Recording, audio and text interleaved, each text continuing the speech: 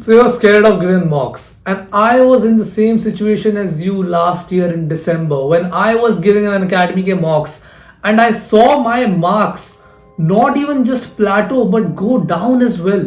I scored 119 in one mock and 111 in the next. And my motivation was gone. I felt कि मैंने एक साल जो भी प्रिपरेशन करी है वो वेस्ट है भाई, एकदम कोई फायदा नहीं है.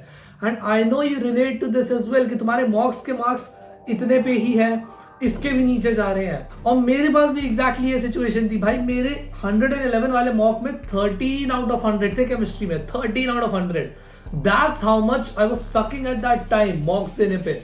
And that changed to 77 out of 100 in my actual JEE mains paper, 99.23 percentile. मेरा मन था कि मैं क्विट कर दूं मॉक्स देना, मैं पढ़ाई करना ही छोड़ दूं क्योंकि मेरे मार्क्स ही नहीं आ रहे. मैं कुछ भी कर लूं, मैं कुछ भी रिवाइज कर लूं, मैं फिर से रिवाइज करता रहूं, मैं फिर से क्वेश्चन कर लूं, कोई मार्क्स नहीं आ रहे, बढ़ ही नहीं रहे हैं. And I know you relate to this and you know कि तुमको मॉक्स छोड़ने का मन है. लेकिन एक मैं तुमको बात बता दूं, 13 आउट ऑफ 100 पे मैं था. मैंने जनवरी में फ्रीक्वेंसी बढ़ा दी अपने मॉक्स की, मैंने डिफिकल्टी बढ़ा दी अपने मॉक्स की. I was given an academy के mocks, I switch to FIITJEE के mocks. I didn't even get 100 marks in 4 mocks लगातार. 94, 95, 88, 96 इन फिटजी के mocks. That is how much I went below 111 as well. Even after I was demotivated at this, I went below. Difficulty increase करी मैंने, frequency increase करी मैंने. And that is why I got from 13 to 77. It's not because that I just randomly quit कि मेरा हो गया इन चीजों से. एक बात मैं तुमको बता दूं यार, सिंपल बात है. Mocks tool for your preparation, not a test of your preparation. Mocks are a tool for your preparation, not a test of your preparation. I want you to repeat it with me. Mocks are a tool of your preparation. Tool for your preparation, not a test of your preparation. Please treat it as a tool. Marks को अपने दिमाग में मत डालो, learnings को डालो जो मॉक्स से निकल रही है. तुम्हारे मार्क्स 80 होंगे, तुम्हारे मार्क्स 90 होंगे, लेकिन लर्निंग तुमको एक्स्ट्रा 50 मार्क्स की मिल जाएगी. 2 हफ्ते बाद 150 मार्क्स आ जाए तुम्हारे. एंड सिंपल बात यह है कि मॉक्स में मार्क्स की ग्रोथ लीनियर नहीं होती. It's not like you give 2 mocks then 120 से 130 हो जाएंगे. दैट्स नॉट पॉसिबल क्योंकि हर एक पेपर अलग होता है. लेकिन हाँ, I will guarantee you this कि शायद तुम्हारा एक पॉइंट जरूर आएगा जब तुम्हारे मार्क्स सीधा 120 से 150 दिखे. तुम्हें मेरे को 95 दिखे थे, मेरे असली पेपर में 161 आए थे. 77 इन केमिस्ट्री एंड बाकी दोनों को मिला के जितना भी होगा, आई डोंट केयर.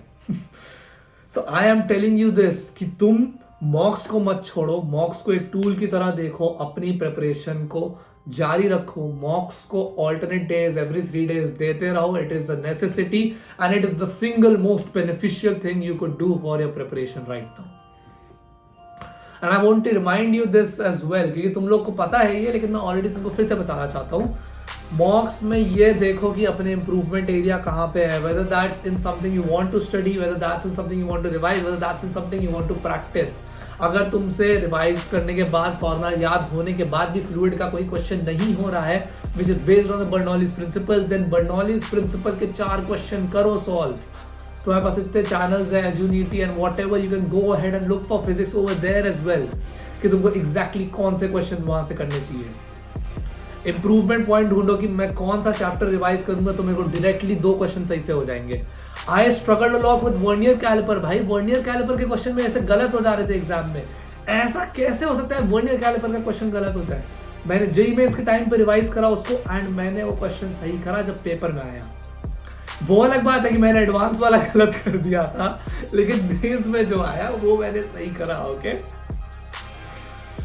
अगेन हर 3 दिन में मॉक दो, हर ऑल्टरनेट डे मॉक दो. जो भी मॉक से निकल रहा है उसको रिवाइज करो. सिंपल बात ये है कि 180 प्लस पे तुमको 99 plus in every single paper of last year मिल जाएगा.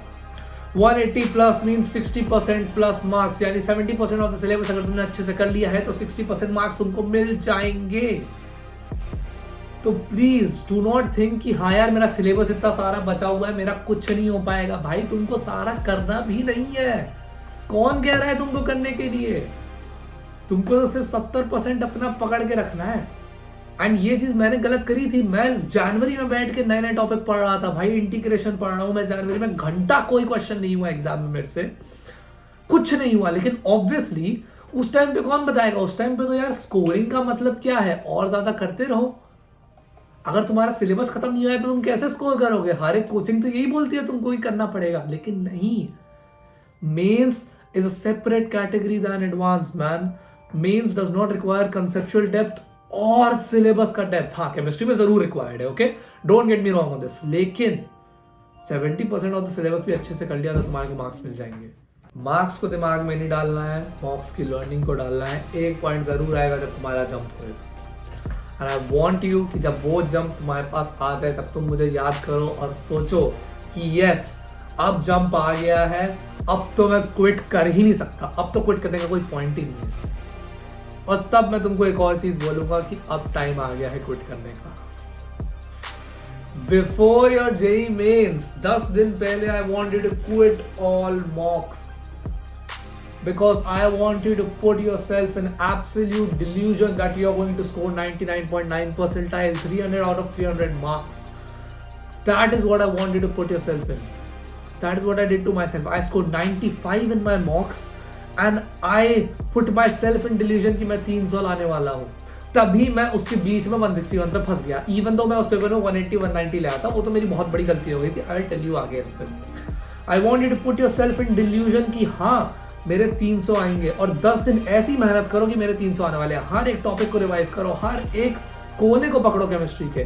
4000 क्वेश्चन करे थे मैंने केमिस्ट्री के एक महीने के अंदर, 4000 क्वेश्चन मोहित रायन सर की लाइव स्ट्रीम से, तभी इतना बड़ा जंप आया है।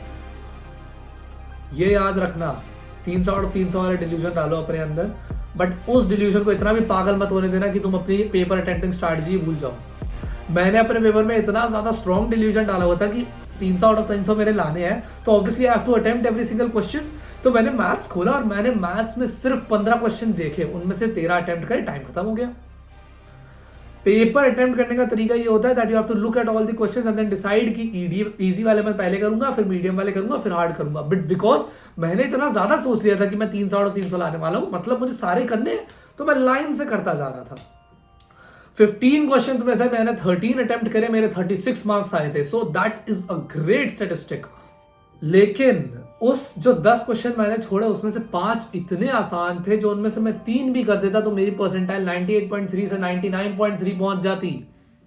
तो एक बात मैं तुमको बोल रहा हूं, कॉन्फिडेंस रखना अपने एबिलिटी में, लेकिन कॉन्फिडेंस को इतना ऊपर भी मत जाने देना कि तुम एबिलिटी को अप्लाई करने का तरीका ही भूल जाओ। You are given mocks so you know कि तुम्हारा बेस्ट पेपर अटेम्प्टिंग स्ट्रैटेजी क्या है। PCM, CPM, MCP, whatever you want, I don't care. लेकिन यही चीज तुमको मॉक्स से पता चलेगी तुम्हारे लिए बेस्ट क्या काम करता है। अपने आप को एब्सोल्यूट कॉन्फिडेंस में डालना, एब्सोल्यूट डिल्यूजन में मत डालना। Although structured and positively reinforcing delusion is a good thing. Okay, मॉक्स देते रहो, कंटिन्यू करते रहो अपनी प्रिपरेशन को। एक ही महीना है भाई जेई मेंस में, एक बार तुम्हारे जेई मेंस अच्छे से हो जाएंगे ना, ऑनेस्टली स्पीकिंग तुमको राहत मिल जाएगी कि हाँ यार, अच्छा कॉलेज हो चुका है, अब मैं आराम से प्रिपेयर करना चाहूं तो वो भी ठीक है। चलो, thank you for watching, subscribe, and actually if you want to know how I analyse my mocks as well, वो भी देख लेना, पूछ लेना कमेंट्स में। Thank you, bye bye.